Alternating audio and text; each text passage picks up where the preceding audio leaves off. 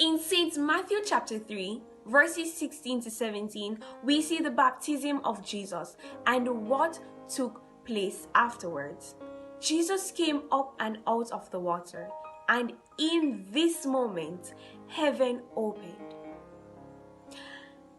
There was a voice from heaven which said, "This is my Son, whom I love. With him I am very pleased." Just like Jesus, I was a baptized Christian in my youthful years.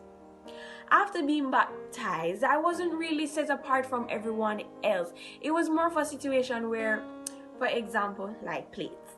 You have plates that you use on a regular basis, your regular day-to-day crockery, versus your chinaware, which is usually set aside in a cabinet for use for when special occasions come about or when you have guests.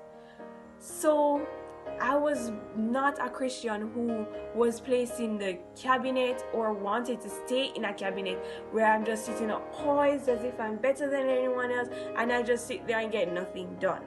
No, I am here to do God's work each and every day.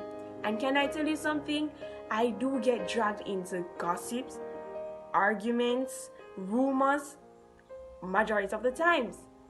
When I do get dragged into these stuff, I stop and I think, WWJD, what would Jesus do?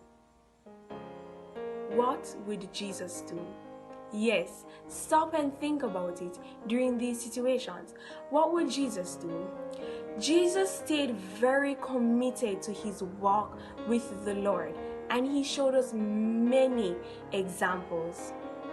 Jesus didn't give in to temptations, so we should not give in to temptations so easily. Temptations like the desire for sexual relations, marking on God's temple, getting tattoos. It's all wrong. No, don't destroy God's temple. Try your best to stay holy. Try your best not to give in to temptation. Now that is what I believe sent to be holy means.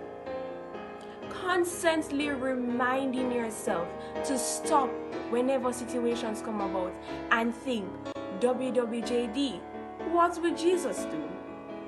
Yes, even though we may not think really straight and think and get a quick answer as to what Jesus would do, we could get so angry that we just immediately respond to that, and it wasn't something that Jesus would do.